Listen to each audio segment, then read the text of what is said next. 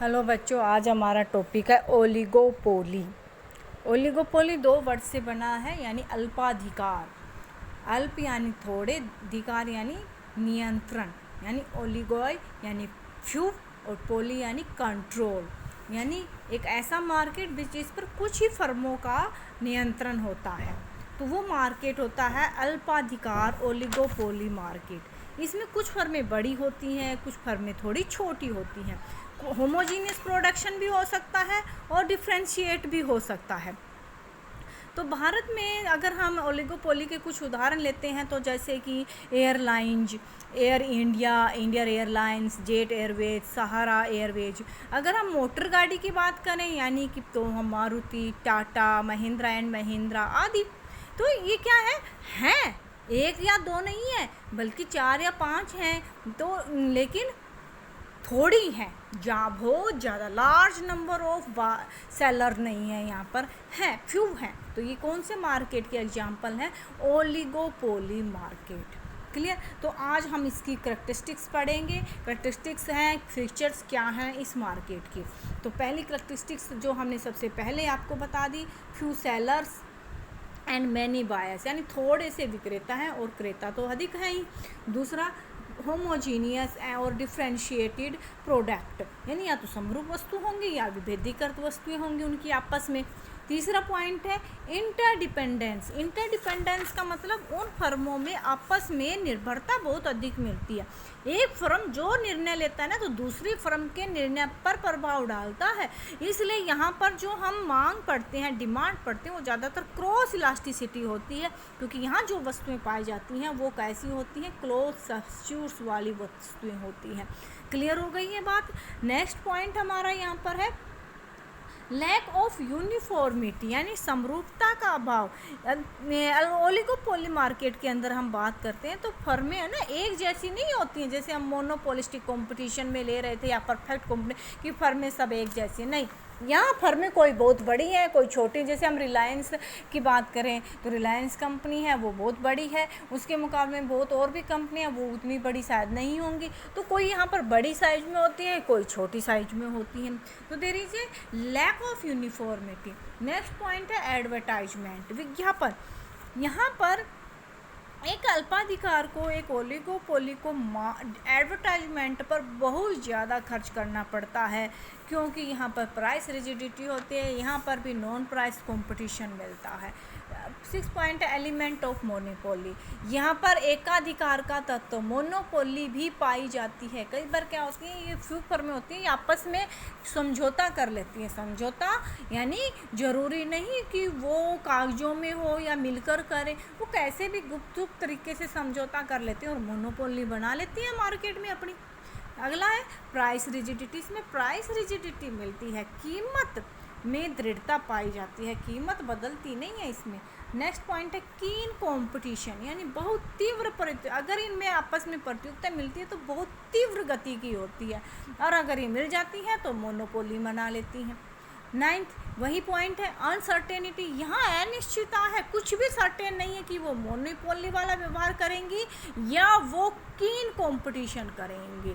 उनमें अनिश्चितता का तत्व ज़्यादा है, यहाँ पर अनसर्टेनिटी ज़्यादा है। 10वां पॉइंट है next point non profit objective. यहाँ पर जो फर्म्स होती हैं ओलिगोपोली में, उनका उद्देश्य प्रॉफिट मैक्सिमाइजेशन नहीं होता, इसके अलावा उनका सेल्स मैक्सिमाइजेशन हो सकता है, या रेपुटेशन हो सकता है, या नंबर ऑफ एम्प्लॉयज ज़्यादा रखना हो सकता है, यानी कुछ भी हो सकता है टारगेट।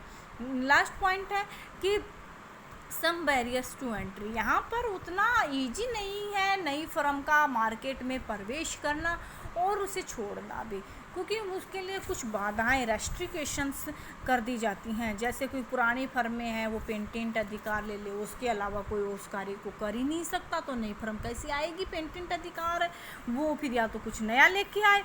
दूसरी, पुराने फर्मों के साथ कंपटीशन करना बहुत महंगा होता है, तो इसमें प्रवेश यानी एंट्री की कुछ रेस्ट्रिक्शंस पाई जाती हैं। क्लियर? नेक्स्ट पॉइंट है, हम यहाँ पर ये पढ़ना चाहेंगे कि is price and output under oligopoly market indeterminate. इसका मतलब क्या है? क्या अल्पाधिकार में कीमत तथा उत्पादन अनिर्धारित रहता है? क्या हम जिस तरह से मोनोपोली में, मोनोपोलिस्टिक कंपटीशन में, परफेक्ट कंपटीशन मार्केट में हम क्या कर रहे थे, प्राइस और आउटपुट डिटर्मिनेशन यानी फर्म्स इक्विलिब्रियम कर रहे थे, तो यहाँ क्या ये सब संभव है? क्या हम इसे डिटरमाइन कर सकते हैं? तो देखो बच्चों, यहाँ डिटरमाइन करना बहुत मुश्किल है उस फर्म का, ओलिगोपोली फर्म का, कि उसकी प्राइस क्या होगी, उसका आउटपुट कितना होगा। एक्चुअली में ये इनडिटर्मिनेट होते हैं। तो उसका कारण क्या है? उसके कुछ कारण हमने लिखे हैं। पहला है डिफरेंट बिहेवियर पैटर्न्स, उनमें डिफरेंट बिहेवियर पैटर्न्स मिलता है। कोई फर्म है वो आपस में उनमें क्या पाई जाती है, परस्पर निर्भरता पाई जाती है। तो एक फर्म जो निर्णय लेते हैं तो दूसरे के ऊपर तुरंत उसका अफेक्ट पड़ता है और वो उसके अगेंस्ट में फिर काम करती है। तो यहाँ है ना, दो आपस में उनका व्यवहार अलग अलग पाया जाता है, एक दूसरे से ज़्यादा ही वो परस्पर निर्भर रहती हैं। तो यहाँ संभावनाएं लगाना मुश्किल हो जाता है। अगला है पॉइंट इनडिटर्मिनेट डिमांड का।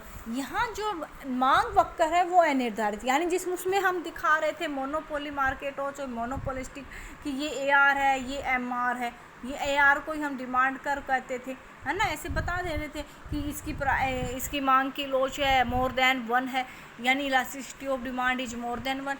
लेकिन ओलिगोपोली मार्केट में हम ये नहीं बता सकते कि इसकी डिमांड क्या है, what is its demand, no, हम डिटर्मिनेट नहीं कर सकते। अगला है profit maximisation is not the only objective. केवल लाभ ही अधिकतम करना इसका उद्देश्य नहीं होता है। मैंने ये पहले भी बता दी कैरेक्टरिस्टिक्स में कि यहाँ लाभ अधिकतम करना ही उसका मुख्य उद्देश्य नहीं है। उसका मुख्य उद्देश्य अपनी सेल्स को मैक्सिमाइजेशन करना हो सकता है, सिक्योरिटी बढ़ाना हो सकता है, कुछ भी हो सकता है, ज़रूरी नहीं है कि अपने लाभों को ही अधिकतम करें। नेक्स्ट पॉइंट यहाँ पर हम पढ़ रहे हैं बच्चों कि यहाँ पर वाई डज ओलिगोपोली एग्जिस्ट, अल्पाधिकार क्यों उत्पन्न होता है, यानी यहाँ थोड़ी फर्में आती हैं, कब आता है अल्पाधिकार, कब? तो इसके एक पॉइंट्स हैं। पहला पॉइंट्स है, हमने दिया है इनोवेशंस। जो कोई नया इनोवेशन होता है तो एक फर्म आती है, उस पर काम करती है, वो अपना पेटेंट ले लेती है, वो अपना नाम कमा लेती है, प्रसिद्ध हो जाती है। तो जब नई फर्में आती हैं उससे प्रतियोगिता करना उनके लिए बहुत कठिन होता है और बहुत ही खर्चीला होता है, इसलिए यहाँ ज़्यादा फर्में नहीं अगर उन्हें आना है तो वो भी कोई नया इन्वेंट करे तभी आएंगी मार्केट में। दूसरा पॉइंट है इकोनॉमीज ऑफ स्केल, पैमाने की बचती। ये हमने आप सबको सिखाया था, ये जब ही प्राप्त, जब फर्म बहुत ऊंचे उत्पादन पर अपना काम करते तभी वो प्राइस पे कुछ कम कर सकती हैं।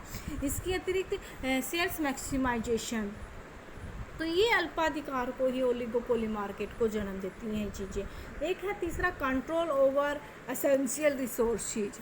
जो ओलिगोपोली मार्केट में जो कुछ फर्में होती हैं वो उसमें कुछ ऐसी फर्में होती हैं पुरानी जो और बड़ी होती हैं, वो रिसोर्सेज के ऊपर कंट्रोल रख लेती हैं उन्हें। जैसे कि हम तेल के ऊपर बात करते हैं, कौन सा, क्रूड ऑयल के ऊपर बात करते हैं, तो उस पर उन्होंने जो अरबिय देश है उन्होंने अपना एक संगठन बना लिया। उस संगठन का नाम है ओपेक। ये संगठन क्या है, organisation of petroleum exporting countries. इन्होंने अपना एक संगठन बना लिया। ये संगठन ही तेल की कीमतें निर्धारित करता है, तेल का उत्पादन करता है अपना। तो यहाँ पर क्या है, इनका नियंत्रण होगा तेल के ऊपर इन्हीं देशों का। बस कानूनी प्रतिबंध और पेटेंट अधिकार है। लास्ट हमारा नेक्स्ट पॉइंट कि लीगल रेस्ट्रिक्शंस पर अपनाए जाते हैं। जैसे मैंने अभी बताया था पेटेंट ले लिया, आजकल आप देख रहे हो कि कुछ अमेरिका जैसे देश कह रहे हैं कि भाई हमने जो दवाई इन्वेंट करी है कोरोना को रोकने के लिए उस पर हम पेटेंट अधिकार लेंगे। तो जो वहाँ उस पर चल रहा है कि भाई इस पे पेटेंट अधिकार ना लो क्योंकि ये तो मानवता के लिए बेकार चीज़ बात है, आप मानवता को बचाना है तो इस अधिकार को ना लिया जाए, क्योंकि पेटेंट अधिकार अगर कोई फर्म उस पर ले लेते तो उसके अलावा कोई और उसका प्रोडक्शन नहीं कर सकता जितने सालों के लिए उसे पेटेंट मिला है। अब अगला पॉइंट है सक्सेसफुल डिफ्रेंशिएशन, यानी सफल विभेदीकरण करने में यहाँ पर जो फर्म्स होती हैं वो जो भी मुकाबला करती हैं तो वो क्या करती हैं कि अपने एडवर्टाइजमेंट के द्वारा ये समझाती हैं कंज्यूमर को कि देखो मेरा प्रोडक्शन उसके प्रोडक्शन से बिल्कुल अलग है। आप टीवी पे एडवर्टाइजमेंट देखते हो ना कि उसकी शर्ट है, बिल्कुल उसने अपनी शर्ट पे आम गिरा लिया, पता नहीं क्या क्या गिरा लिया, काली कर ली, और फिर उसको उसे वॉशिंग पाउडर में बाहर निकालते हैं, अंदर करते हैं और बाहर निकालते हैं, वो एकदम वाइट हो जाती है। और वो दूसरे पाउडर का दिखाते हैं, ऐसा नहीं हो पाता है। तो वो इस तरह के प्रचार प्रसार करके आसानी से ये कंज्यूमर को बता देते हैं कि वी आर डिफरेंट। अगला है लार्ज फिक्स्ड कॉस्ट। यहाँ पर क्या होती है कि ओलिगोपोली फर्म को एस्टेब्लिश होने के लिए बहुत ही बड़े मात्रा में फिक्स्ड कॉस्ट का खर्चा उठाना पड़ता है। तो अगर नई फर्म आएगी तो उसे भी उतना ही खर्चा उठाना पड़ेगा और उससे कंपटीशन भी करनी पड़ेगी।